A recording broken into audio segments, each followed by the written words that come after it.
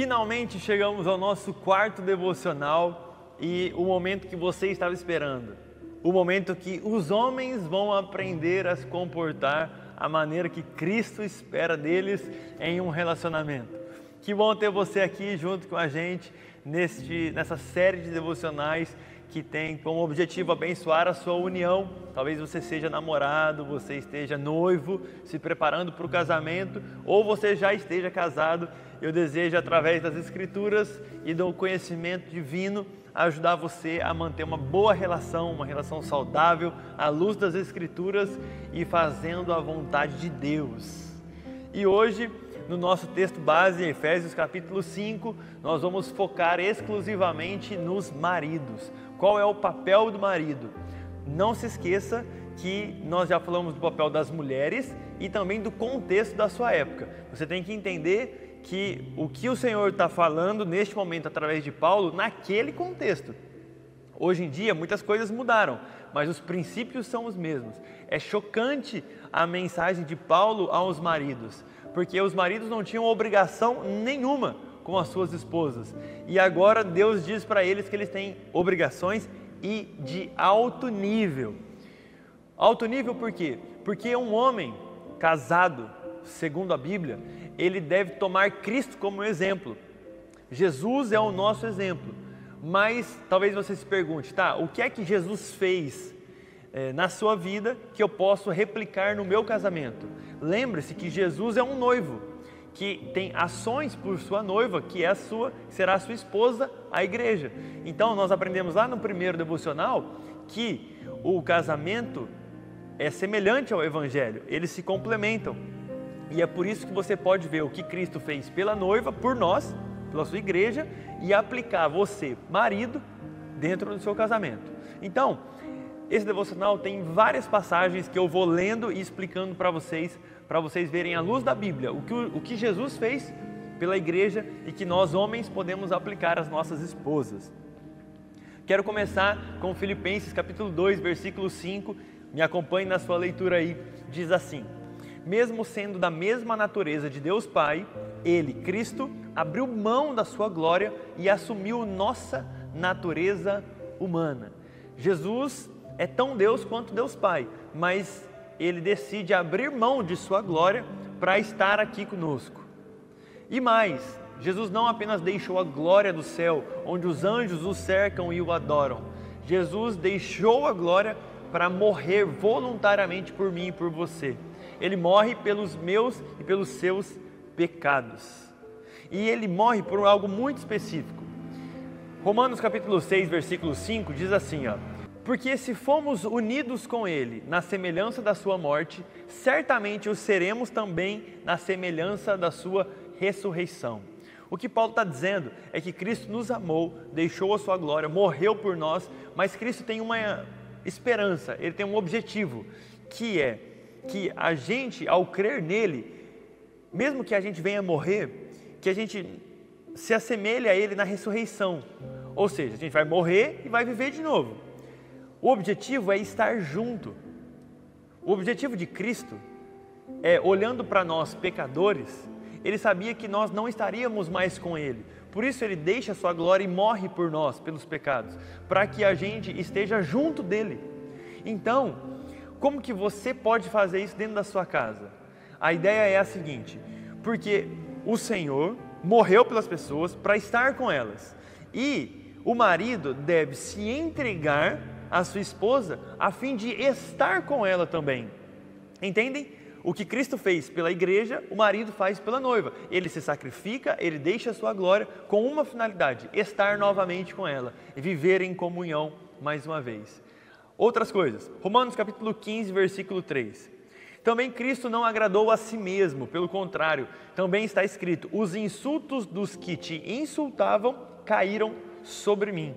Preste atenção, a vida de Cristo não foi uma vida de viver os seus próprios prazeres, seus próprios interesses. O interesse de Cristo era viver para os nossos interesses. Ele abriu mão de tudo isso que eu estou dizendo para vocês, para fazer com que nós fôssemos os beneficiados. entendeu?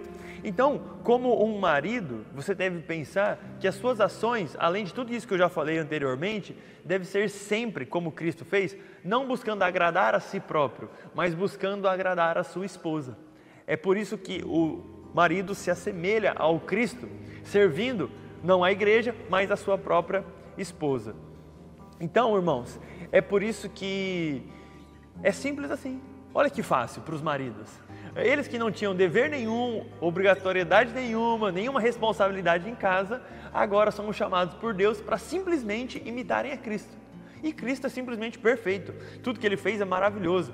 Olha o ato voluntário dele de deixar a glória, morrer pela igreja, para ter comunhão com ela. É para isso que Paulo está nos chamando aqui no capítulo 5. Nós homens, nesse relacionamento.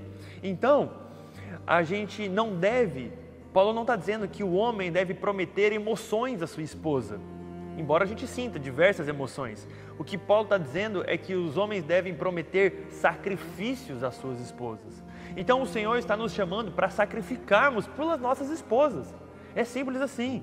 A vida de Cristo, pensa comigo, Cristo lá na cruz. Ele não estava apaixonado na cruz, olhando, falando, meu Deus, como que eu amo essa gente, olha como são bonzinhos, olha como são lindos, fofinhos, obedientes. Não, ele estava colocando a minha e a sua importância na frente da dele.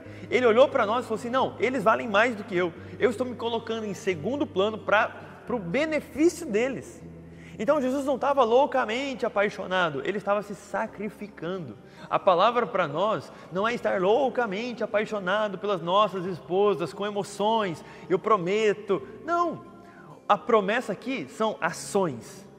Cristo está agindo pela igreja, Ele está morrendo pela igreja, está pagando preço pela igreja. E os maridos não são convocados a, nossa, estou muito apaixonado. E faz o que com a sua paixão? Ai, não faço nada. Não! Nós nos sacrificamos porque desejamos parecer Cristo e estamos aprendendo com a relação de Deus. O que mais? Vamos ler então o nosso texto base. Eu quero ler com vocês do versículo 25 ao 27 para a gente aprender mais algumas coisinhas aqui. Maridos, que cada um de vocês ame a sua esposa, como também Cristo amou a igreja e se entregou por ela, para que a santificasse, que é o que nós estamos aprendendo hoje.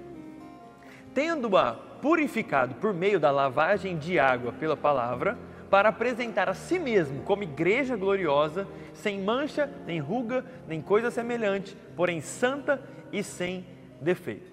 Paulo nos ensina aqui que o Evangelho explica o casamento. Que forma que o Evangelho está explicando o casamento? Como Cristo amou. Então vamos lá, para aprender com esse trecho aqui, coisas que nós podemos tirar prática.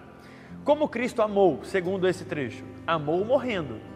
Então, você que ama deve morrer. Não literalmente, mas é de sacrificar-se voluntariamente. Por que Cristo morreu pela igreja? Para santificar a noiva, ou seja, para purificar ela. Jesus olhou para nós e viu que nós tínhamos defeitos, rugas, nós tínhamos pecados. Então Ele morre para nos santificar.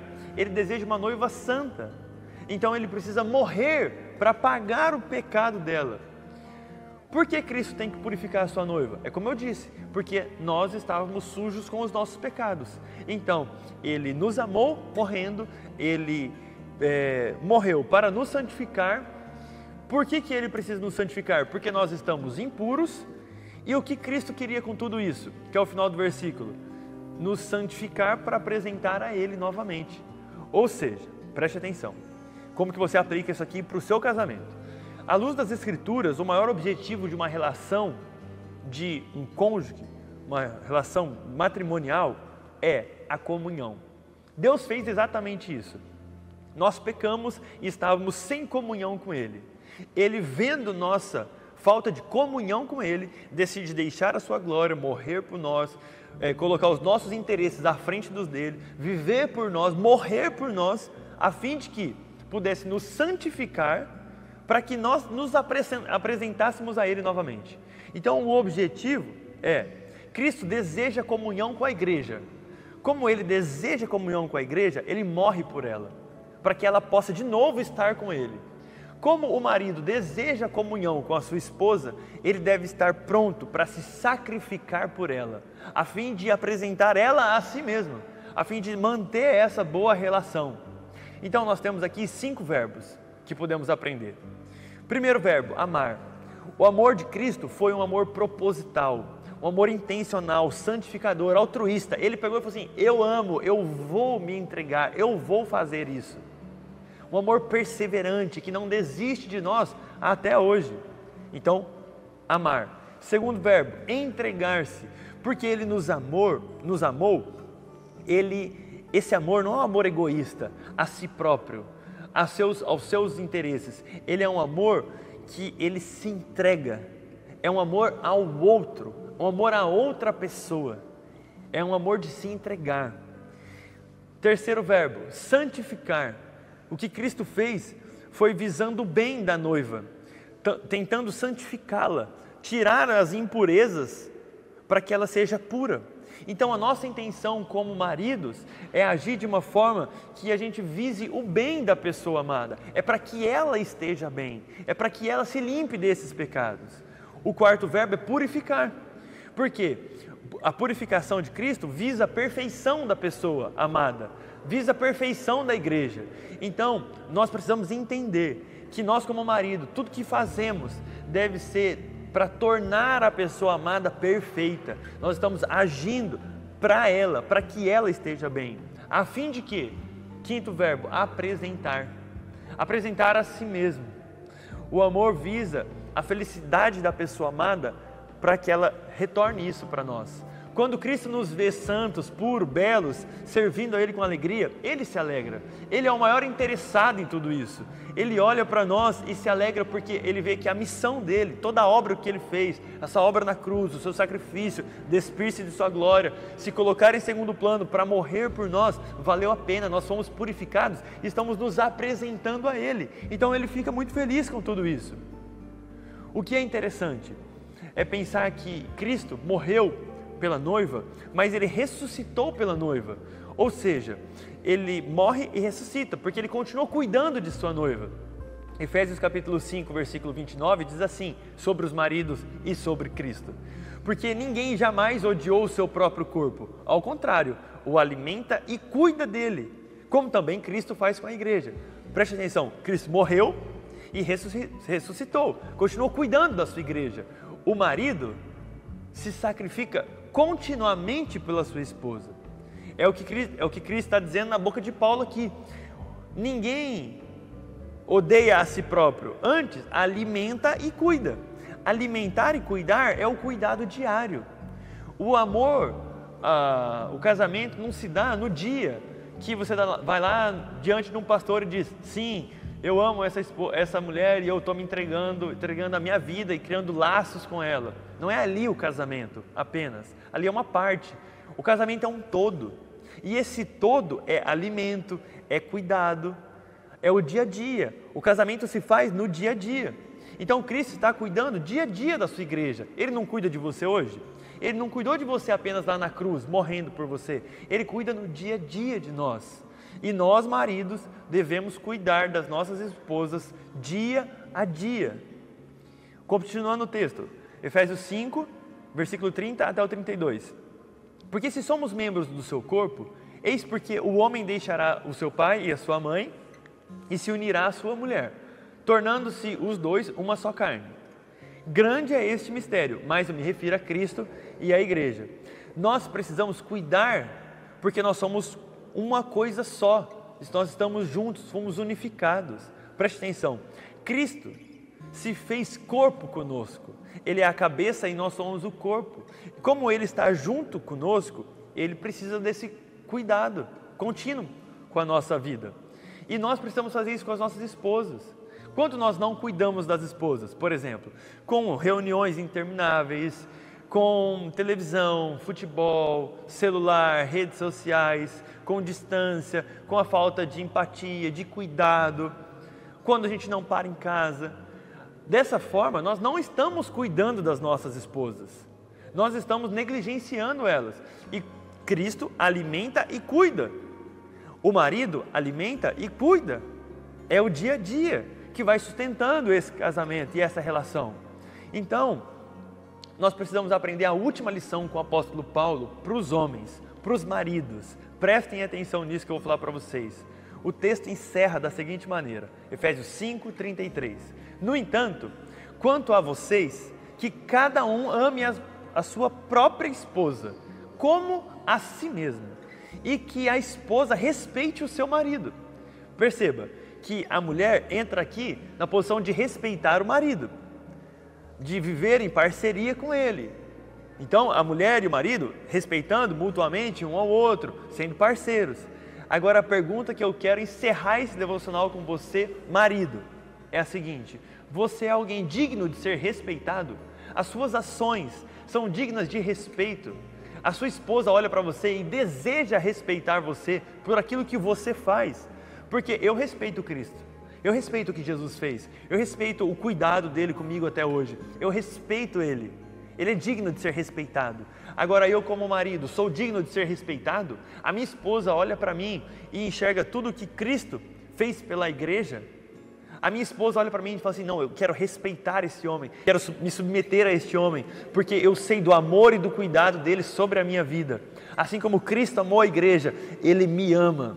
Então, aqui entram os deveres do homem, não os direitos, mas os deveres de alguém cristão, que ama o Senhor e ama a sua palavra, deseja aprender com Cristo e toma o casamento como uma miniatura daquilo que Cristo fez por nós na cruz e continua fazendo até hoje. Eu espero que você baixe o e-book, que você fique por dentro de tudo que estamos fazendo, que você ore com o seu cônjuge e que vocês melhorem as coisas aí e vivam para a glória de Deus.